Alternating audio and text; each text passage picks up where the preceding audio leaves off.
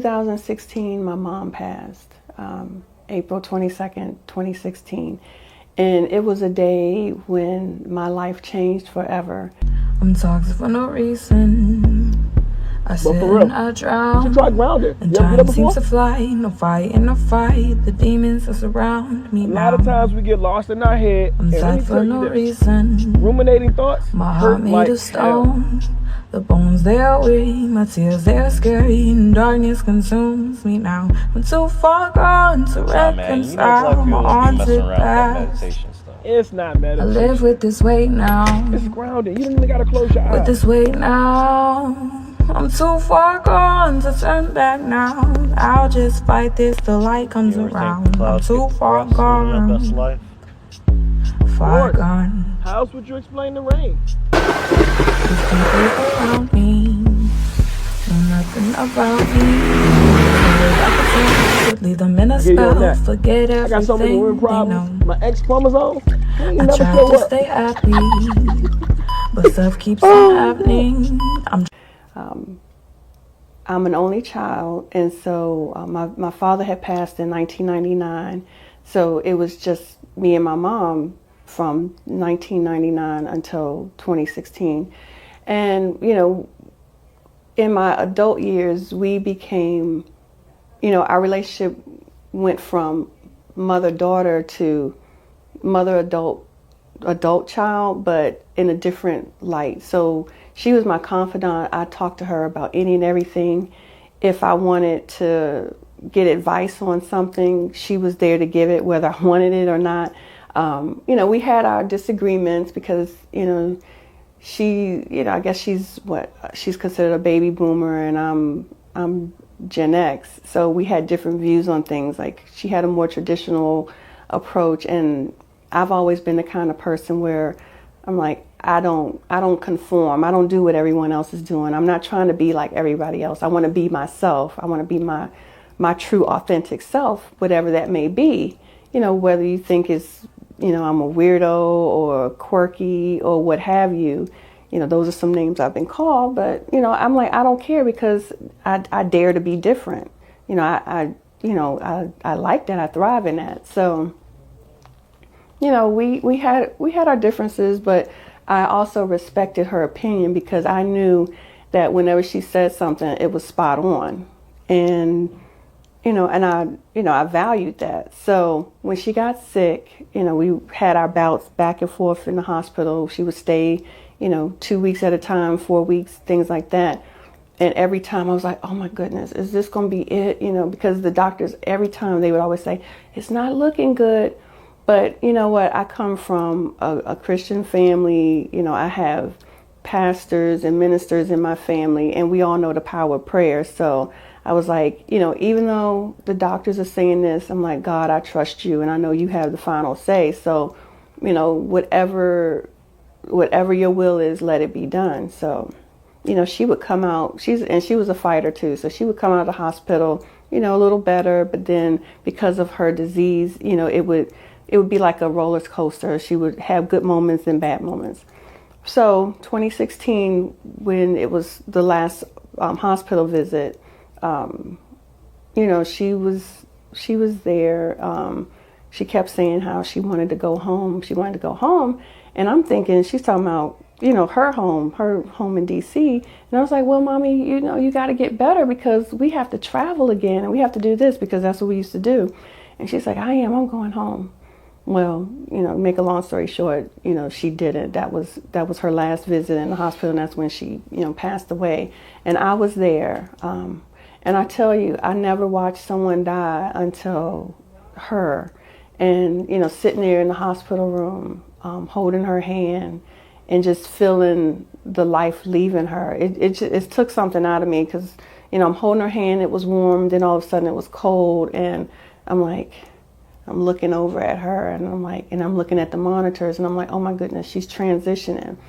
So when she passed, when the doctors legally declared her, you know, deceased, I sat there and I was like, you know, Lord, what am I going to do? I don't know what I'm going to do. I'm just sitting here, and I'm by myself. You know, my girls were at home. I was in the hospital with her, and I'm like, I don't know what I'm going to do. And I sat there, and the nurse, she was like, take your time. But I could tell she was basically saying, take your time, but not too much time, because, they like, we got to keep it moving. And I'm like, I don't know what I'm just looking at her like, I don't know what I'm going to do. And so she was like, well, have you thought about funeral homes? And I looked at her, I'm like, my mother just died. We didn't plan this. Like, we didn't plan that this was going to be her last visit, because for years, like 3 years, she would go in the hospital, she recover, she come out, go in. So I'm thinking it was one of those cycles. So I was not prepared for the end. So I was like, I said, I need some time. I don't know what to do. So it was, that whole period was like a dream. You know how you have a dream, and it's not it's a bad dream, and you're just waiting to wake up. That's how I felt. But the whole time I'm going through the motions. I'm talking to people. I really don't know what I said to them. I was like, well, I know I have to call, her brothers and sisters. So I called them, and then I had my cousin do some calling too, because at some point I called her up. I was like, I'm sorry, cousin. I need you to be my spokesperson, because I can't talk anymore. Everybody was calling, asking me this and that. And I'm like, I don't know, y'all, please, can you please talk to them? Because like, my world is different now, and I don't know what to do.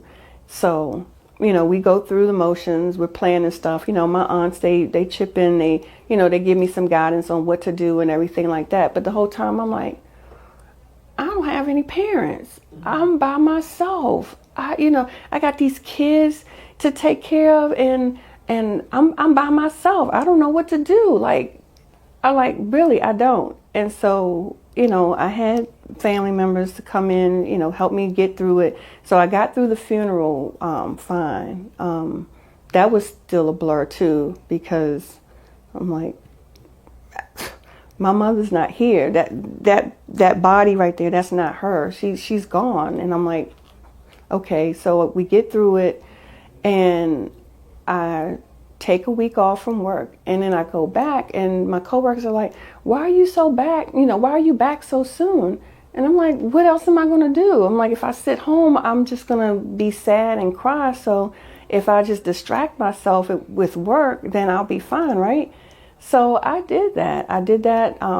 After she passed, I took a week off. I didn't even get any grief counseling. That's how strong I was trying to be.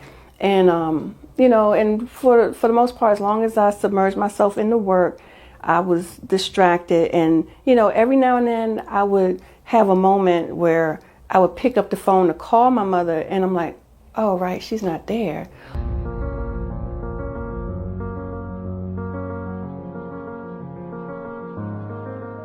You have the white picket fence, palm trees slinging in the air, and clouds that are so close to the earth you can almost touch them. They just sit up there living their best life, bro. Clouds got the best job. You ever think the clouds get depressed living their best life? Of course. How else would you explain the rain?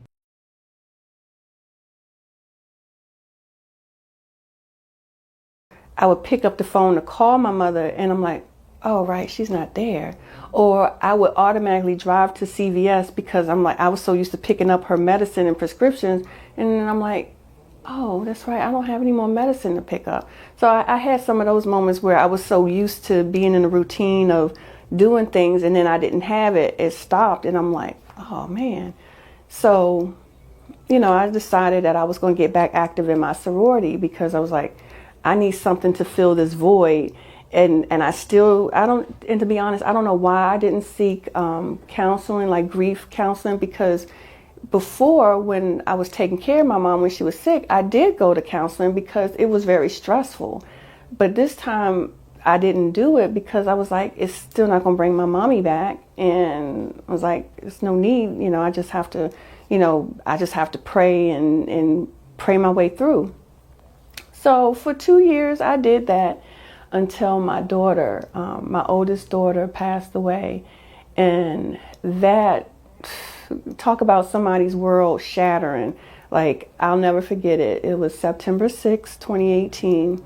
and I was at work, you know, and I got a phone call from a Miami, Florida number.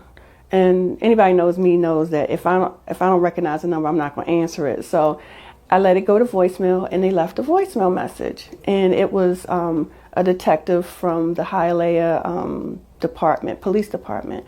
And they were like, yes, this message is for Tiffany Stephanie. Please contact detective blah, blah, blah, you know, when you can. Immediately my heart stopped because I knew that my daughter was down there. She was spending the summer with some friends, and then in the fall she was going to go back to grad school in New York. But I knew she was spending the summer there, so my heart just dropped because the first thing I thought was, oh my gosh, you know, my daughter is locked up in jail. And so when I called the detective back, I wish she was in jail because they told me that they found her body at a construction site. And I was like, what? And they were like, yeah, they found her at a construction site, and she didn't have any ID or anything on her. All she had was her cell phone. And the way we was able to get your information is because we saw, I guess you bought a ticket or something on Ticketmaster, and it had your name on it. So that's how we were able to look you up. And I was like, oh my gosh. So I lost it at work. You know, a coworker had to drive me home. That was a blur. Then, you know, I told my other daughters, and, you know, my other daughter, my middle daughter, she was like, you're playing, right? And I'm like, no, they said that they did that. I said, we got to get to Florida. I was like, I don't know how, because I didn't have any money. But the people, like the partner that I worked for, him and some other partners, they put together their points, their flight points. They put us on a plane. We got down there. I had to ID her body because I was still in denial. I was like, please don't let it be her, you know, like let it be somebody else. Like, not that I wanted to be somebody else, but you know what I meant? Like, let this not be true. But when they pulled back the sheets and I saw her, I was like, oh my gosh, I lost it again, because I was like, it's really happening. And, you know, the way my mind, like, I don't know if anybody else has this happen, but like, I can experience two different things at the same time, like grief, but then autopilot mode, and it kicked in. It was like, I'm grieving because I'm like, oh my gosh, I cannot believe this is happening. But at the same time, I'm like, I got to get her back home. So I'm talking to the funeral director in Florida as to how they can ship her back home so we can do everything. And to this day, I really don't know what happened with her. All I know, and the only thing I have to go on, is she had taken a lift and something went wrong with the lift ride. And she contacted customer service or whatever, and they were looking into it. That's the only thing I have to go by, this last ride that was like at 3 a.m. And if I had money, I would have launched a private investigation to figure out exactly what happened, but nobody was trying to talk. Lyft wouldn't talk. You know, the detective, he was like, it's an open and shut case. And I'm like, how is it when there's questions? I'm going to be one of the greatest rappers of all time. Okay. Well, as long as that's what you want, then you go for it. You know what? I am about to drop some new music and shit, man. When I drop this shit, I need you to post that shit and get your boy some clout out here in these streets, man. Believe it or not, bro, I think I can do you one better. Lou, meet up with this producer. He gonna sign us for real, for real. But it's important for you to spend time with Hydra this weekend, especially after how hard you were on him this morning. So, take him with you. You ready to head out to the Lou, baby boy? I'm gonna give you my phone. Put some games and talk back, all right?